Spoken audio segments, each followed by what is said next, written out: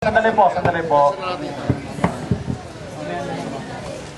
Sabi nila, saved by grace din sila. Pero sabi niya, hindi lang daw sa pagsunod sa 10 utos lang. Ibig sabihin, talagang dinadagdag yung 10 utos sa pagsunod doon upang maligtas. Hindi pala saved by grace. Saved by grace and obeying the 10 commandments. Ayun pala. Ngayon, perfect siguro itong mga kaibigan natin dito. Kasi sabi sa James 2:10 For whosoever keeps the whole law and yet stumbles in one point, he has become guilty of all. Perfect siguro sila. Hindi nagkakasala. Kasi hindi naman pala 10 utos lang yung pinapaiwas sa atin Kung talagang ayan ang akala mong dapat mong iwasan, lahat daw ng batas, isa lang ang hindi mo masunod. Wala na, tisod ka na sa lahat. Basag na ang lahat.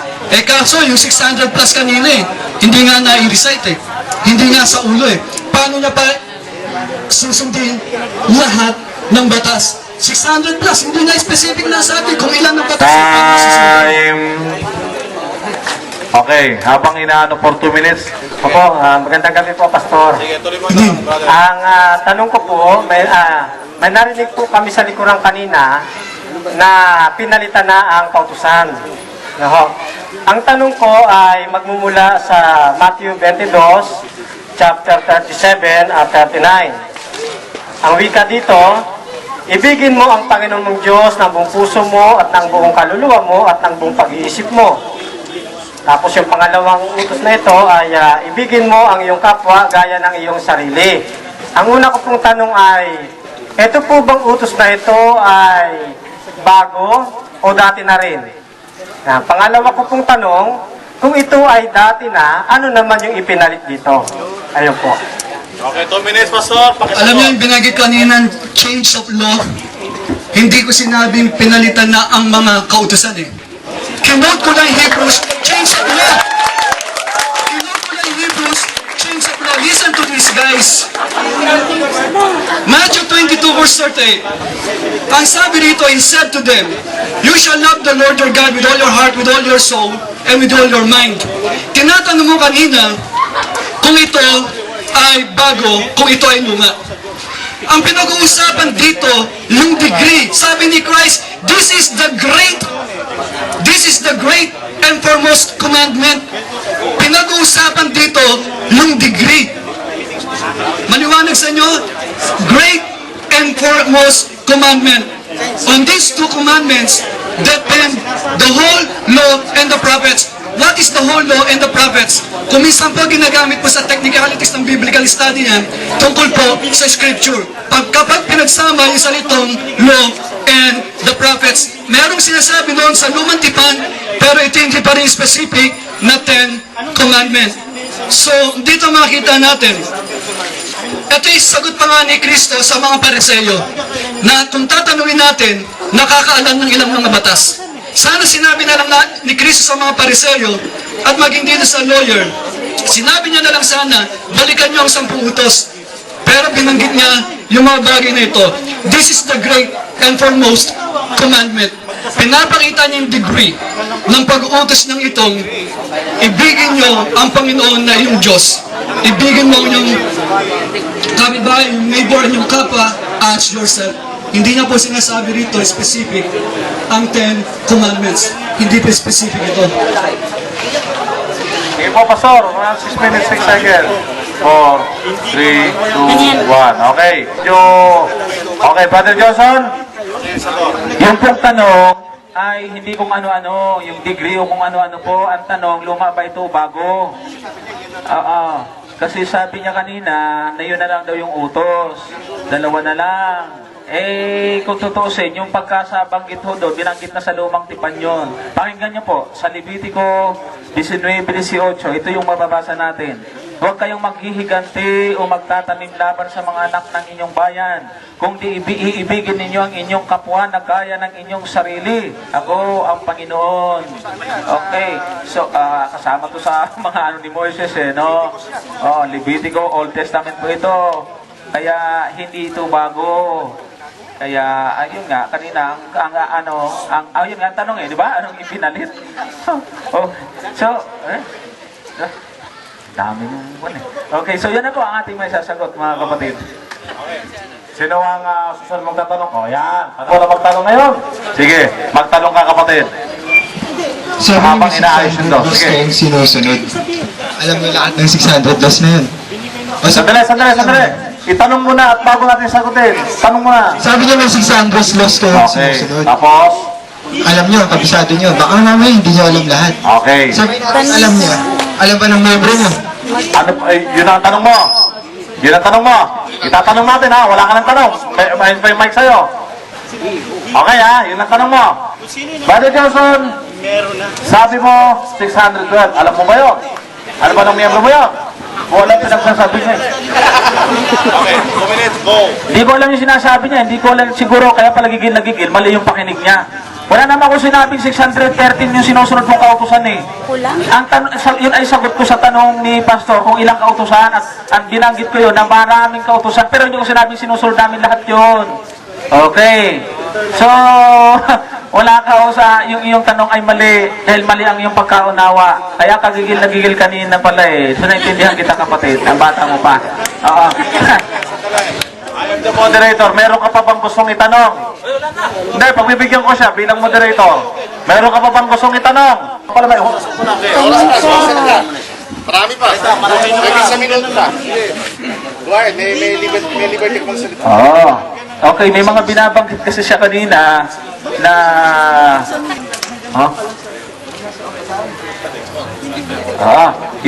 ibalikan ko lang kanina yung hinihingi niya sa atin kasi parang naiiwang katanungan kasi sa atin yung mga kapatid, ano? Parang napakalaking puntos niya yun kung ating hindi sasagutin. Yung saan may mababasa ka ba na hindi sumunod sa araw ng Sabat ay kasalanan o may impyerno, parang hindi naman kasalanan. Pero aminado siya, utos yun. Eh ano bang gagawin sa utos pag nilabag mo?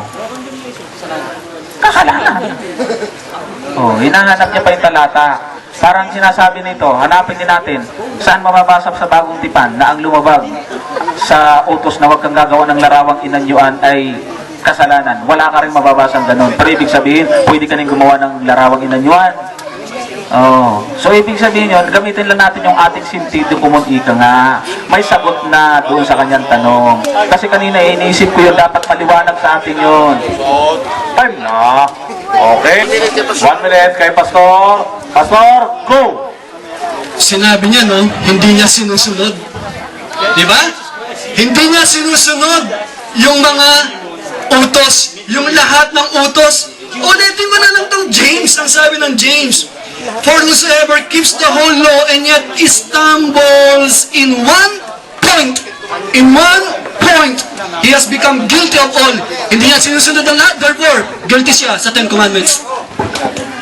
Palakpakan po natin. Binasag niya na ang lahat. Dahil inamin niyang hindi niya sinusunod ang lahat, binasag niya ang lahat. Hindi siya spiritual at hindi rin siya, base sa turo nila, kung hindi magsisisi bago mamatay, pupunta sa langit. Sinabi mo, rinig na rinig sinabi mo at narinig ko talagang hindi mo sinusunod ang lahat.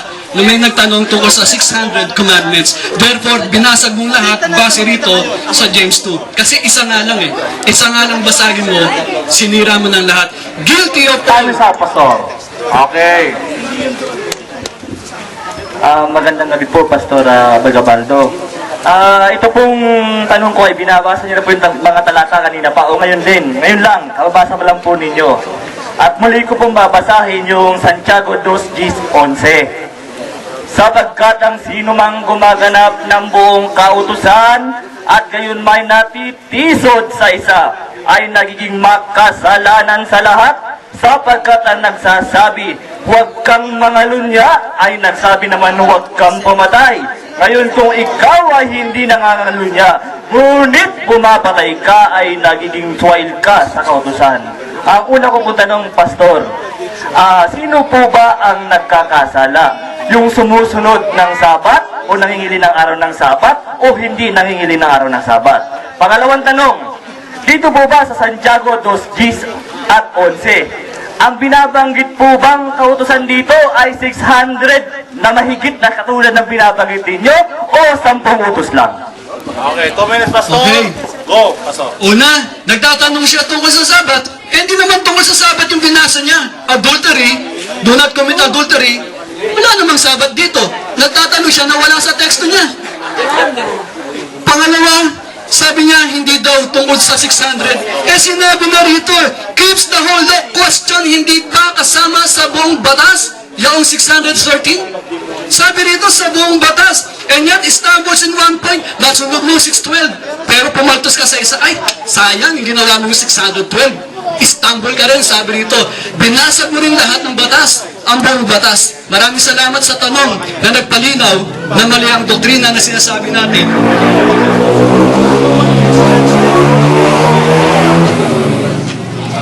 Kanina tungkol sa mga batas-batas na pinag-uusapan, yung mga ipinapahayag kanina, napakalinaw na niyan. Hindi sinusunod ang lahat, tapos James 2:10, isa lang hindi mo sundin, na Istanbul ka na.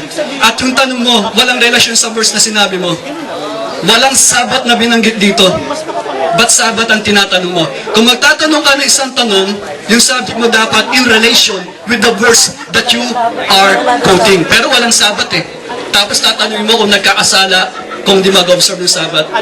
Kung tinanong mo pa tungkol sa adultery, masasagot yan natin ng payak. Pero yung tanong tungkol sa Sabat eh, wala naman doon sa teksto na binanggit mo eh. Sana kung magtatanong ka nandun sa teksto. Dahil pag ganyan ginagawa natin, nagtatanong tayo ng isang bagay na hindi naman natin masabing karapat-dapat sagutin doon sa tekstong binabanggit mo. Kaya mahirapan talaga kayo. Pag Sabat ang pinag-usapan, mga kaibigang Seventh-day Adventist, mahirapan kayo dyan. Walang pinag-utos si Pablo na gawin nyo ang Sabat. Kanina ko pa tinatanong eh. Time. Okay, 1 minute. After nito, dalawa na lang po ang magtatanong, tapos kami po ni Pastor ang magtatanong naman. Dalawa na lang po. Sunod. Napapansin. Okay, dalawa na lamang po ang magtatanong pagkatapos po nitong sagutin. Brother Johnson, go. Ayun, tulad na sinabi ko, ang konteksto nun, 10 utos. Yung sa Santiago. Hindi nga lang inisa-isa doon. Kaya may kasamang Sabat doon kung yung uugatin yung konteksto noon. Kasi po, pag binasa nyo, konteksto noon ay 10 Commandments. Kaya ang tanong, sino nagkakasala, yung nangingilin o hindi nangingilin? Kaya kanina, nagtataka ako, sumang-ayon naman siya sa buong 10 utos, pero ngayon, nakikita natin, tumututol na siya. Di natin malaman kung ano ba talaga. Di ba sumang-ayon na siya? Pag spiritual ka na, nagkasundo na sana eh. Pag spiritual ka na, spiritual na siya eh. Sumusunod na siya ngayon. Ang problema, may Sabat pala, tumutol siya kasi magiging Sabadista siya. Oh. Pumayag siya ni Van Liwanag, umamin siya. Pag spiritual ka na, sabi niya spiritual muna bago utos eh. Spiritual na siya. Maliban lang kung hindi pa siya spiritual ngayon. Sa tingin ko nga, baka nga may duda pa tayo. Kasi ayaw niya pa sa 10 utos. Kasi kung spiritual na siya, susunod na siya. Kaso wala Sabat. Okay, Brother Johnson, time. Okay, isa na lang po rito at isa po rito.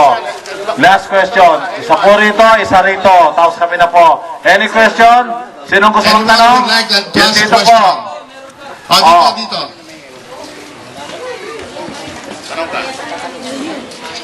Magandang gabi po sa inyo. Magandang gabi naman, kapatid. Bali, ang tanong ko lang po kasi di ba nakasulat po sa Bible na ang mag-isip ka pa lang sa iyong kapwa ay kasalanan na po ba? Yes. Halimbawa, may naglalakad pong babae tapos napatingin kayo, wow, sexy Wow. man. Tuloy ba nasa isip nyo? Yo. Sa inyo po ba, ni minsan hindi po ba pumasok sa isip ninyo yung gano'n? Hindi po ba yun. pagsway din po sa 10 Yun, utos yun? tama yun. Kasi kasalanan po yun eh. Tama yun, okay. Parang sa pagpatay po, Yeah. hindi po kayo papatay ng isang tao pag hindi kayo nagalit. Yun. Kayo po, hindi po ba kayo nagalit? Okay. So yun ang tanong mo. Okay. Yun ang tanong, Brother Johnson. Okay po. Pakisat na po. Okay. Brother Johnson, take it away. Nagkakasala tayo kaya nagkakasala tayo, wala pwedeng magsabing hindi tayo nagkakasala. Kaya kailangan natin tagapagligtas eh. Uy, ibig sabihin pinapalagay nyo, hindi kayo nagkakasala. Nagkakasala kami, kaya nga kailangan namin si Kristo eh. Oh, kung hindi na kayo nagkakasala, aba, yan ang delikado. Oh, mas malaking kasalanan yan. Kaya nga sabi, yung hindi ka raw pumapatay. Nang hindi ka galit, meron yung mga heart killer. Tuwan-tuwa yan pagpapatay kasi kung kakapera. Hindi yung galit sa pinapatay niya, kapatid. O, kasalanan yun. Kaya ang espiritu yun, at espiritu wala yung litra, ay mahirap yun. Kasi kung wala yung espiritu lang, ano? Oo, magalit ka lang. Kasalanan na. Oh. Pero pwede kang pumatay, ganun ba yun? Hindi pwede. Oo, yung tumingin. Oo, yung hindi nangangalo ka na pag tumingin ka, kasalanan na. Pero pag nangalunya ka, pwede na. Di wala rin ganun ngayon. Kasi paano yung mga bulag? O kaya yung nangre-rape sa dilim, hindi naman tumingin yun. Mas pati matanda, pinatulan. Wala nang pagnanasa yun. So ibig sabihin, pinakikita natin yung letra at espiritu. Sinusunod pareho ng mga niligtas na at Kristiyano. Kaya ka nagiging spiritual. Hindi ka para maging spiritual. Nagiging spiritual ka dahil sa ginagawa mo. Yun ang ibig sabihin. O, tinan mo, ba ito, walang galang. Okay na yun, okay na yun. Start na kasi. 20 seconds ka ba? Okay na. Okay na yun, okay na yun. Okay, Pastor, 1 minute, sandali lang ko ha. Ligtas na kayo, pwede lang. Ligtas na kayo. Okay, 1 minute lang ha. Or naging nga naman. Kung matutulog mo na lahat. Okay, ready? Pastor, go! Sana hindi galit si Alin kundi marami na siyang napatay. Sana. Ang hindi ko lang maintindihan kay Brother Amican, alam niya na sa isip ng mga hide killers, parang Diyos, omniscient. Alam niya, di ba? Yung mga hard killers daw, pumapatay ng walang puot. Eh parang Diyos. Nababa sa isip ng mga tao. Pero nung magbasa ako ng criminal personality, yung ginagamit sa mga investigative, yung mga investigation, may galit talaga yung mga hard killers. Base dun sa facts ng libro. Pero siya, sabi niya, yung mga hard killers daw, ay hindi galit kapag pumapatay. Eh, omniscient, parang Diyos. Nababasa ang isip ng tao. Huwag tayo iiral sa ganyan mga illustration, no? Ganun. Maliwanag talaga yon. Huwag na tayo magpa-holier than thou na banal tayo kung bakit tayo ay ligtas, banal tayo kung bakit mas okay tayo sa harapan ng Diyos. Aminin na natin. Aminin na natin na ang lahat ay nakadepende sa Diyos. Ang lahat ay nakadepende sa banal na Espiritu. Huwag na tayo Okay po, Pastor. Okay, last question dito. Sige na yun po. Ako po ay may dalawang tanong. Magandang gabi po. Tuloy mo habang nasa akin. Tuloy ka lang sa tanong. Okay. Ang una ko pong tanong, Pastor Marvin, bilang spiritual po, na sinasabi po ninyo spiritual, yung po bang talata ng Hebreo sa 4:9 hanggang 11, ito po ba inyong tinutupad sangayon kay Pablo? Yun po yung una kong tanong. Ang pangalawa kong tanong, ito po. Actually, hindi po ako magtatanong sa inyo kundi si Santiago. Kasi kanina nyo po pa kinukot si Santiago sa 2. Ngayon ito po sabi ni Santiago sa 2:24 at 14. Ito po ay tanong ni Santiago sa inyo. Nakikita ninyo na sa pamamagitan ng mga gaway, inaaring ganap ang tao at hindi sa pamamagitan ng pananampalataya lamang. 14. Anong pakikinabangin, mga kapatid ko, kung sinasabi ng sino man na siya may pananampalataya, ngunit walang mga gawa, makapagliligtas baga sa kanya ang pananampalatayang yan? Sagot po, Brother Martin. Okay, so 2 minutes, Pastor. Go. Alam niyo, ang daling bumungot ng talata, no? Na hindi inaalam yung context. Ang totoo nga, meron pa nga ritong walang pananampalataya eh. At makikita natin, sabi rito sa Romans 3, what then sa verse 3? If some did not believe, their unbelief will nullify the faithfulness of God, will it? For, may it never be. Strong, napakalakas nito sa Greek. May it never be. Rather, let God be found true. Every man be found a liar, as it is written. Wala pang pananampalataya yun. Let God be true, and every man a liar. Ngayon, dito sa tinatanong mo sa Hebrews 4, sasagutin ko at ang haba ng tanong mong verse. Ang sabi dito sa Hebrews 4:8, yung Romans hindi niya tinapos yun. Buong Romans ang tatapusin, babasahin mo. Sabi dito sa Hebrews 4:8, for if Joshua had given them rest, he would not have spoken of another day after that. Verse 9, so there remains a Sabbath rest for the people of God. Hindi nga sila nagkaroon ng kapahingahan dahil sa kawalan ng pananampalataya kay Yahweh. Pero meron pang kapahingahan kanino? Sa batas? Hindi. Ngunit sa persona ni Kristo, nagsabi sa Matthew 11 verse 29, come unto me, all kayong lahat na napapagal, at bibigyan ko kayo ng rest ng kapahingahan. Kay Kristo po yung kapahingahan. Wala po sa araw yan. Kung bakit sinabi ni Paul sa Romans 14. Ang mga araw, may conviction personal ang bawat isa dyan. Huwag na nating pag-usapan yung mga aral. Hindi banal ka pag nag-observe sa Sabat. Wala nga kayo mailabas ng verse na sinabi ni Paul na kasalanan ang hindi mag-observe ng Sabat. Kanina ko pa kayo tinatanong. Kaya muli, Hebrews 8:4 na sinasabi nyo, walang pahinga ang mga Israelitas dahil hindi nanalig kay Yahweh. Pero mayroong isang kapahingahan na. Kanino? Kay Kristo. Time. May kapahingahan tayo. Okay, Brother Johnson, for 1 minute. Pastor, for 1 minute.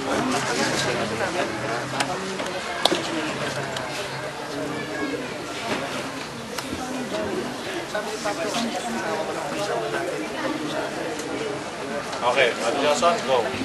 Nag-iwan siya ng tanong, pero kanina pa yung sagot doon sa tanong niya. Dahil po ang sagot po doon sa 3:31 ng Aklat ng Roma, niwawalang halaga baga natin ang kautusan sa panitan ng panampalataya, wag na mangyari. Kundi pinagtitibay pa natin ang kautusan na nakalagay doon. Kung hindi pinagtitibay pa natin yun, di na natin kailangan utos-utos, pinagtibay mo na alam mo na kasi yun, automatic mong sinusunod yun. Ngayon dito, kasi isang minuto lang 4:9 ng Hebreo. May natitira pang isang pamamahingang sabat ukol sa bayan ng Diyos. Spiritual sabat, pero pagkatapos pumasok ka sa kapahingahan ito, sapagkat ang pumapasok sa kanyang kapahingahan ay nagpapahinga naman sa kanyang gawa, sa kanyang mga gawa, gaya ng Diyos sa kanyang mga gawa. Pag nasa spiritual ka na, kay Kristo ka na, magpapahinga ka din kagaya ng Diyos na pagdating ng ikapitong araw, nagpapahinga siya. Pag hindi mo ginawa yon, ay hindi ka nakapasok ng lulusan. Okay, so Pastor, tapos na sila.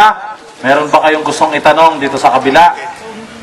Bahala na ako kay Pastor. Magtatanong pa ba sa on the other side? Meron magtatanong pa. Okay na po. Last na appeal na to, wala, meron pa. Sino pa? Meron pa magtatanong, meron pang gusto magtanong. Kasi napapagod ang ating speakers. Napapagod na. Okay.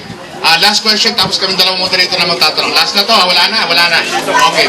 Meron pa? Okay. Meron pa rin ditong isa. Meron pa rin ditong isa. Meron tayo. Tapos kami ng dalawa.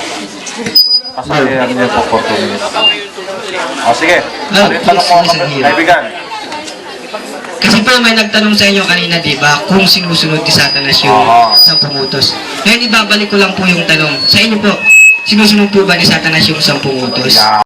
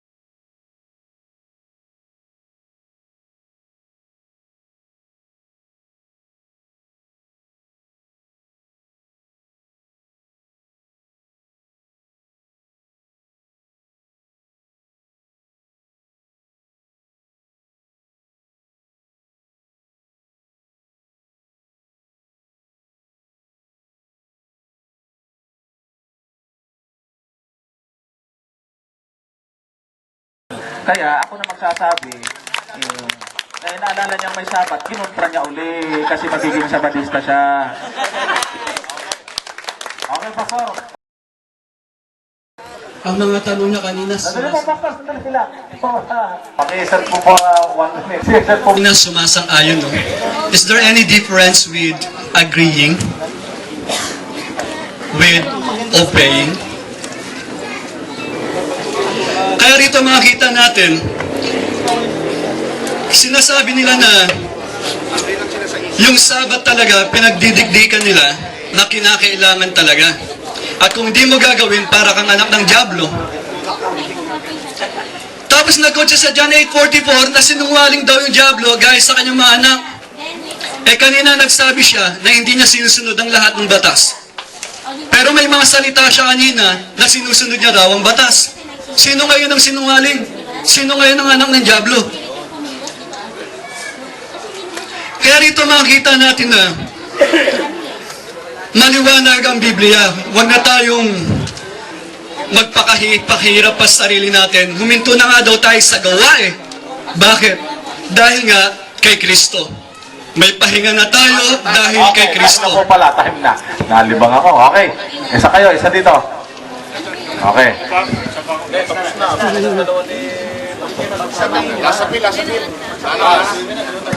Last appeal. Wala na talaga. Nobody to ask. Wala na. Okay. Magandang gabi po sa inyong lahat. Ang itatanong ko lang po tungkol sa kung paano pinapahalagaan ni Jesus ang 10 utos. Yun lang po. Paano pinahalagaan ni Jesus? 2 minutes po, Pastor.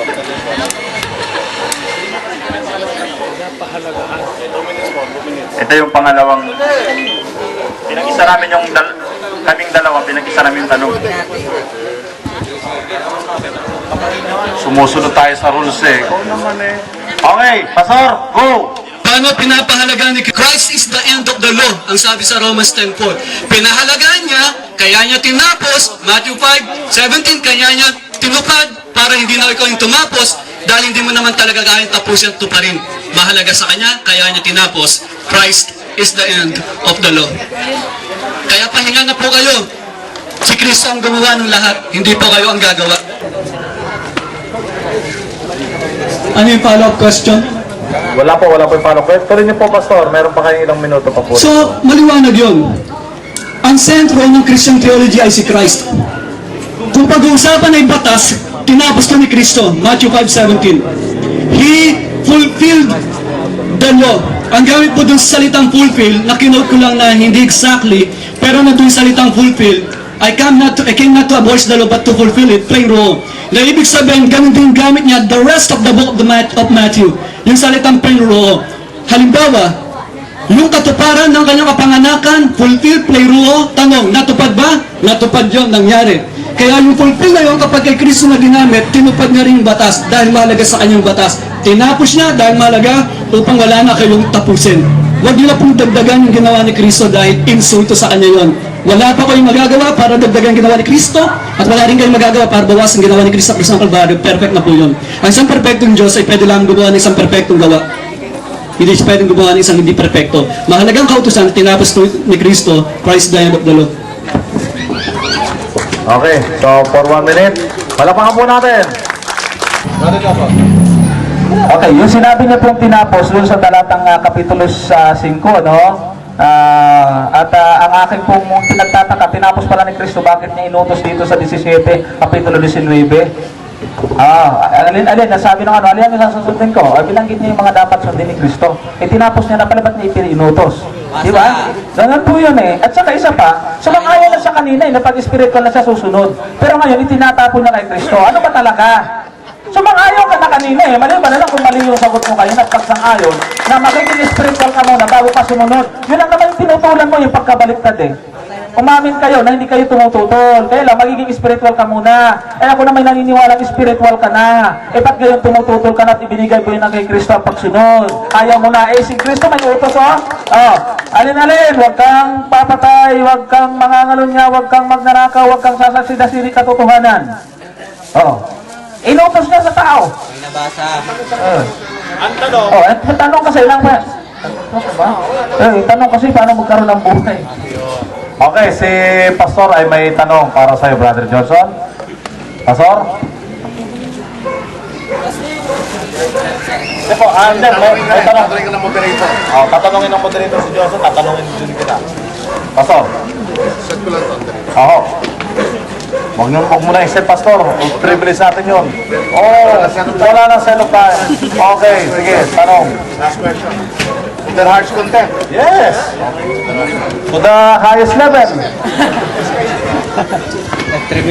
Kasi gusto ko lang ng dami na pag-usapan. Parang una-una yung mga yung aming isang kasama na familiar with the rules of debate. Nagtatakasya kung ba't gano'n nangyari sa affirmative ba sa presentation po na affirmative. To begin with, they did not even present their case. So hindi nyo maintindihan, yung gusto magsalita kanina.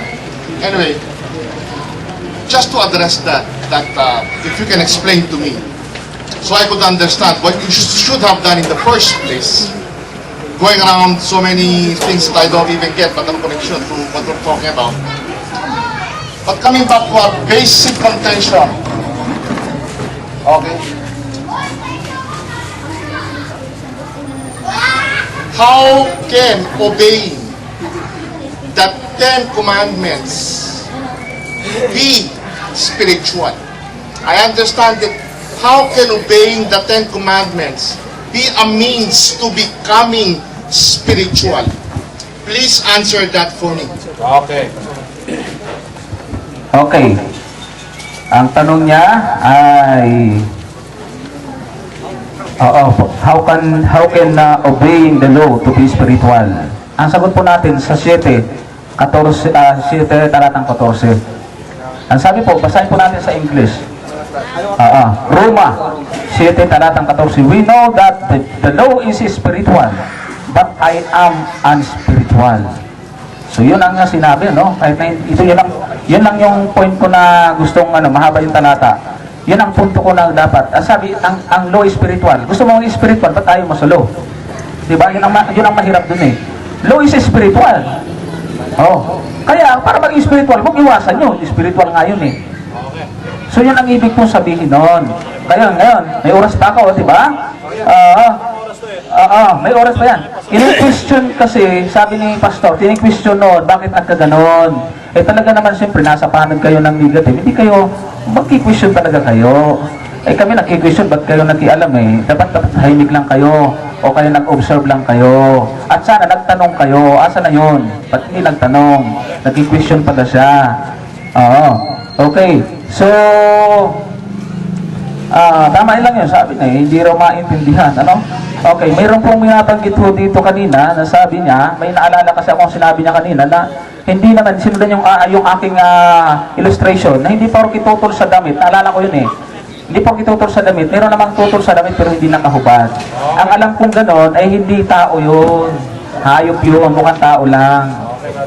Okay. Ito naman ho yung tanong ko.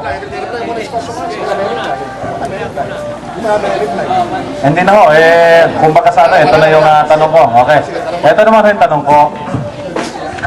Pastor, kung hindi ako nagkakamali, totoo ba na binanggit mo na yung Levitical law sa Hebreo ay 10 utos?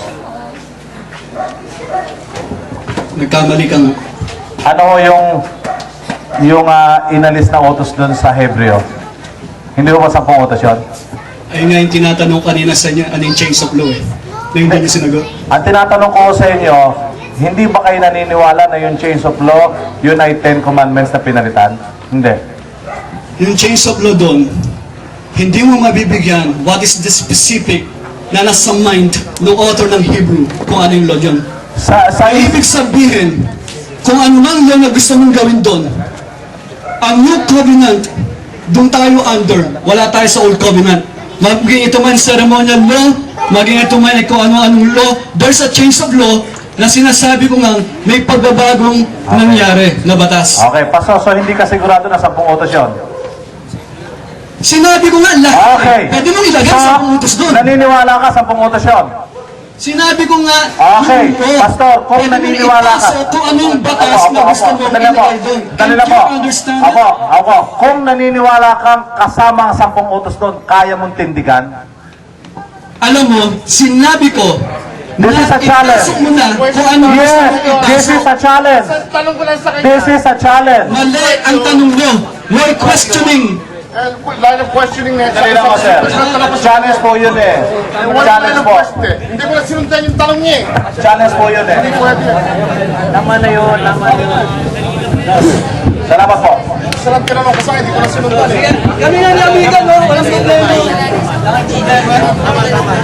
Moderator.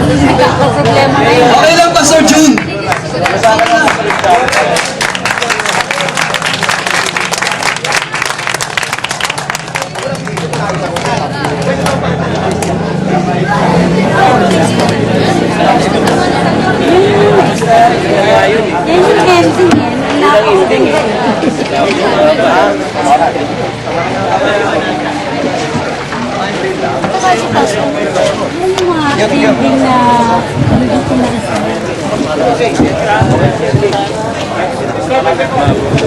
Maraming po salamat mga kaibigan, mga kapatid sa mga kapitbahay na nandito po.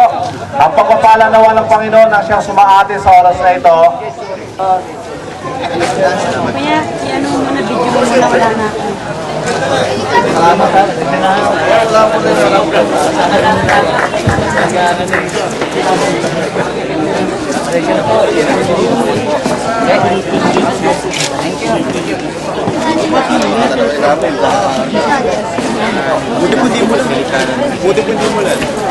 Answer prayer.